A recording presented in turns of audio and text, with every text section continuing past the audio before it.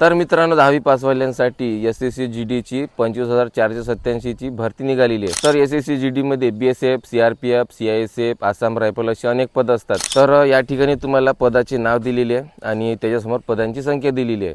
तर ह्या जाहिरातीची online form भरण्याची मुदत आहे 1 डिसेंबर ते 31 डिसेंबर 2025 पर्यंत। तर मित्रांनो ऑनलाईन फी ठेवलेली आहे जनरल आणि OBC वाल्यांसाठी 100 रुपये, SC ST एक सर्व्हिसमॅन आणि महिलांना या ठिकाणी फी ठेवलेली नाही। तर वयाची मर्यादा ठेवलेली आहे 18 ते 23 वर्ष।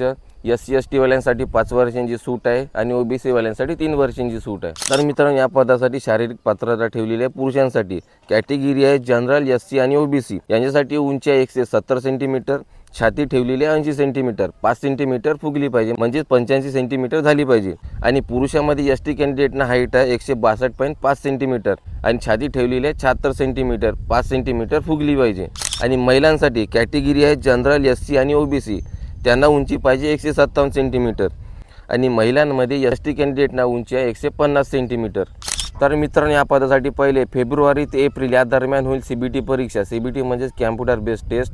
तर या परीक्षेमध्ये तुम्हाला असणार आहे 4 विषय। तर पहिला विषय आहे जनरल इंटेलिजन्स अँड रिजनिंग म्हणजेच बुद्धिमत्ता।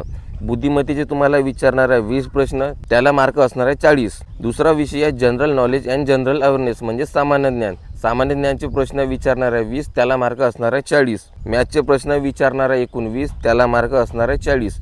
चौथा विषय आहे इंग्लिश किंवा हिंदी। तुम्ही इंग्लिश निवडू शकता किंवा हिंदी निवडू शकता। त्याचे प्रश्न असणार आहे 20 आणि त्याला मार्क असणार आहे 40। आणि या परीक्षेसाठी तुम्हाला वेळ मिळणार आहे 60 मिनिट।